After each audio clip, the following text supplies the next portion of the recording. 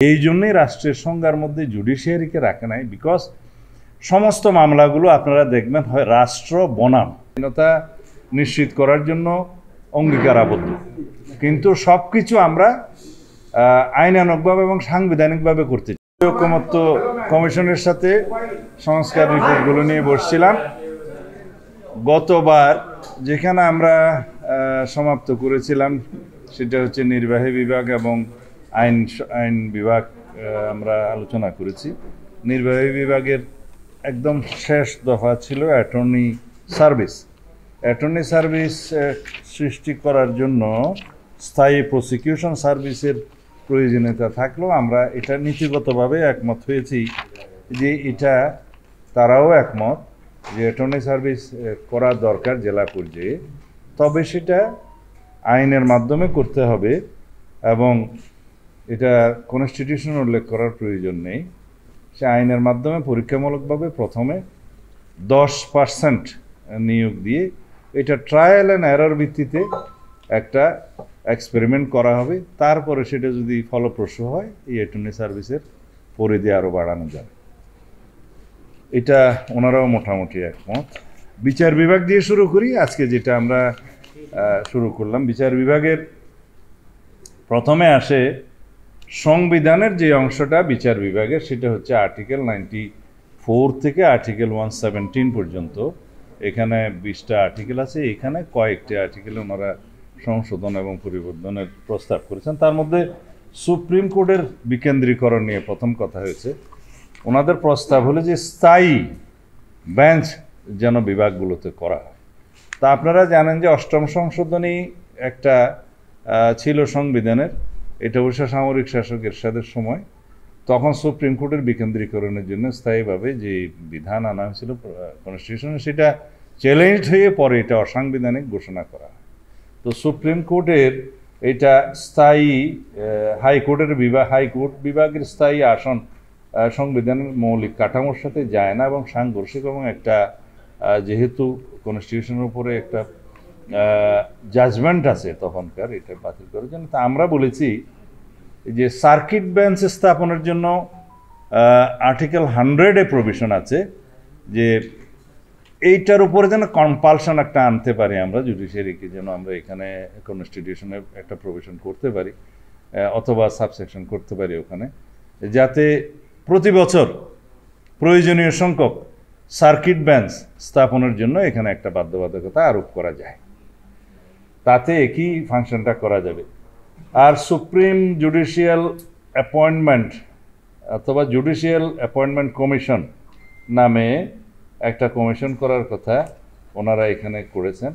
তা আমরা এটা নীতিগতভাবে একমত, বলেছি যে এটা সংসদে আলোচনা করতে হবে, কারণ সংবিধানে একটা নতুন প্রভিশন অ্যাড করা প্রয়োজন হবে, যাতে জাজেস, হাইকোর্ট সুপ্রিম কোর্টের জাজেস নিয়োগের ক্ষেত্রে কি কি বিধিবিধান কিভাবে করা সম্ভব ইত্যাদি আমরা বিস্তারিত এখানে আলাপ করছি না, সেটা আমরা নীতিগতভাবে একমত।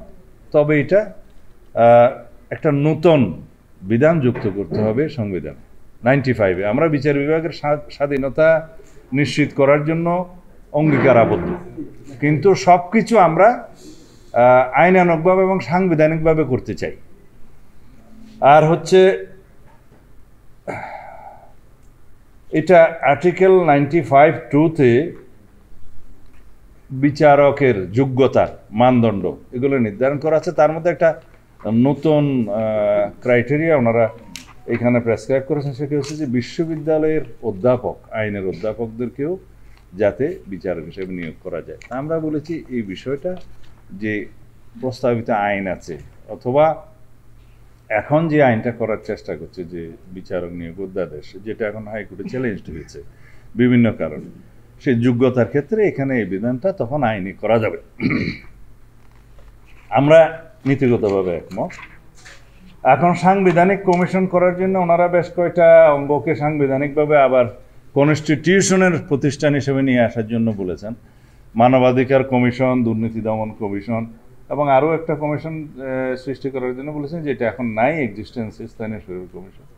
তা আমরা বলেছি প্রত্যেকটা কমিশনকে যদি সাংবিধানিকভাবে স্বীকৃতি দিয়ে সংবিধানে অন্তর্ভুক্ত করা হয়, সেটা জটিলতা সৃষ্টি হবে। বিদ্যমান আইন দিয়ে যেভাবে পরিচালিত হচ্ছে সেই প্রতিষ্ঠানগুলো স্ট্যাটিউটরি অর্গান হিসেবে সেভাবে থাকা উচিত। তারপরও আমরা বলেছি আমরা আরও আলোচনা করব, যদি এটা সাংবিধানিকভাবে আমরা যদি তাদেরকে স্বীকৃতি দিতে পারি সংবিধানে এনে। এরপরে জরুরি অবস্থা বিষয়ে কিছু প্রভিশন মনে করেছে, জরুরি অবস্থা জারি করবে, সেখানে ন্যাশনাল কনস্টিটিউশন কাউন্সিলের একটা ভূমিকা থাকবে। আমরা বলছি এখানে ন্যাশনাল কনস্টিটিউশন কাউন্সিলের ধারণার সাথে আমরা একমত নই। আর জরুরি অবস্থা জারির ক্ষেত্রে ওনারা প্রস্তাব করেছেন যাতে মৌলিক অধিকার সহ কিছু কিছু অধিকার যে নাগরিকদের স্থগিত থাকে সেগুলো স্থগিত রাখা যাবে না এবং আদালতে মামলা করতে পারবে। কিন্তু আমরা বলেছি যে জরুরি অবস্থা তখন জারি করতে হয়, সেটা সংসদ এবং শাসন বিভাগে মানে এক্সিকিউটিভের একটা ফাংশন থাকে এবং সেখানে কিছু কিছু অধিকার স্থগিত করতে হয়, তা না হলে জরুরি আইন জারির কোনো অর্থই থাকে না। সেই বিষয়ে ওনারা আর একটু চিন্তা করবেন বলেছেন, আমাদেরকে জানাবেন। আর প্রজাতন্ত্রের নাগরিকতন্ত্রের সম্পত্তি, এটা তো আসলে হবে প্রজাতন্ত্রের সম্পত্তি, এগুলা রাষ্ট্রের কি কি সম্পদ থাকবে সেটা বর্তমান বিধানে যেভাবে আছে সেইভাবে ওনারা সন্তুষ্ট নয়। এটাকে আরও স্পেসিফাইড করতে চান যে রাষ্ট্রের যেমন গভীর সমুদ্রে প্রযোজ্য অধিকারসমূহ, খনিজ সম্পদ, মূল্যবান সামগ্রী এবং blue economy, exclusive economic zone, এগুলো রিডিফাইন করতে চান। তা আমরা বলেছি এটা আমরা একমত, তবে বিশেষজ্ঞ পর্যায়ে আরও একটু আলোচনা করে যাতে কোনো কিছু বাদ না যায়, আবার অনেক কিছু যেন আমরা অতিরিক্ত ইনক্লুড না করি রাষ্ট্র সম্পত্তিভাবে, সেটা পরীক্ষা করতে হবে, আমরা একমত। একইভাবে 143(2) এটাও প্রজাতন্ত্রের সম্পত্তি সম্পর্কিত। এটা আমরা বলেছি যে এখন যে বিধান আছে ওখানে সাফিসিয়েন্টলি ডিফাইন করা আছে, এটা নতুন করে আর প্রস্তাব করার দরকার নেই। আর আন্তর্জাতিক চুক্তির ক্ষেত্রে আমরা বিগত দিনে আপনাদের সাথে আলোচনা হয়েছে, এখানে আবার সেটা রিপিট করা হয়েছে জুডিশিয়ারির ক্ষেত্রে। এখানে কেন আসলো সেটা আমরা আমাদের বোধগম্য নয়, কারণ অলরেডি আর্টিকেল 145 ক এটা আন্তর্জাতিক চুক্তির ক্ষেত্রে কি কি বিধান প্রযোজ্য পার্লামেন্টে উত্থাপনের ক্ষেত্রে, রাষ্ট্রপতিকে জানানোর ক্ষেত্রে এবং সামরিক প্রতিরক্ষামূলক যে চুক্তিগুলো সেটা ক্লোজ সেশনে উত্থাপনের ক্ষেত্রে বলা আছে স্পেসিফিক। তো সেই জন্য আমরা বলছি এটা অপ্রয়োজনীয়, এটা অলরেডি আছে। আর রাষ্ট্রের সংজ্ঞার মধ্য থেকে বর্তমানে যে আর্টিকেল 152-তে যে সমস্ত সংজ্ঞার আর্টিকেলটা আছে সেখানে রাষ্ট্র বলতে সংসদ এবং এক্সিকিউটিভ আর স্ট্যাটিউটরি যে প্রতিষ্ঠানগুলো আছে আর কি, সংবিধিবদ্ধ প্রতিষ্ঠান, এগুলোকে রাষ্ট্র বলা হয়। কিন্তু ওনারা রাষ্ট্রের সংজ্ঞার মধ্যে বিচার বিভাগকে ইনক্লুড করতে চান। তা আমরা ওনাদেরকে বুঝিয়েছি যে আসলে Republic includes everything, all the organs of the state, judiciary, executive, legislature সহ সকল কিছু।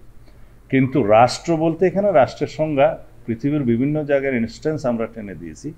এই জন্যই রাষ্ট্রের সংজ্ঞার মধ্যে জুডিশিয়ারিকে রাখে নাই, বিকজ সমস্ত মামলাগুলো আপনারা দেখবেন হয় রাষ্ট্র বনাম অথবা রাষ্ট্র আরেকজনকে সু করে, সুড এবং ক্যান বি সুড কথাটা লেখা আছে।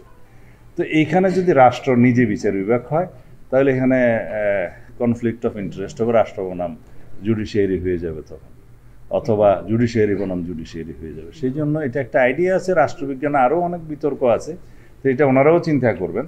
তো এটা দিয়ে রাষ্ট্রের তেমন কোনো বেশ কিছু পরিবর্তন হবে এমন কিছু নয়। তো সুতরাং সংজ্ঞার ক্ষেত্রে আমরা এখনও ওনাদের সাথে আলোচনা করেছি, ওনারা আলোচনা করবেন, দেখবেন। এই হচ্ছে সংবিধান সম্পর্কিত আমাদের। আমার কাগজটা দাও, কোনটা? ওইখানে, এটা দাও।